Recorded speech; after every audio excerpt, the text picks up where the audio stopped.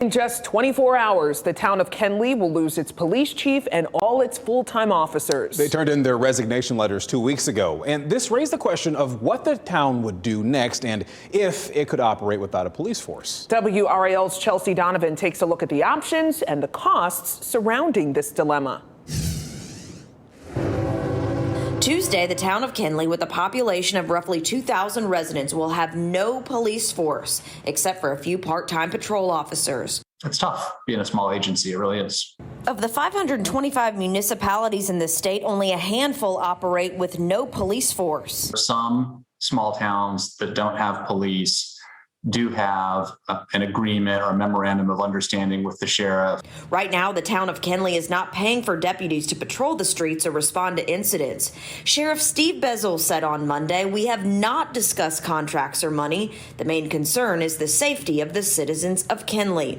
As for what the town of Kenly currently pays the force, for 7 officers and operating expenses, the town has budgeted $708,000 for the fiscal year of 2022 to 2023.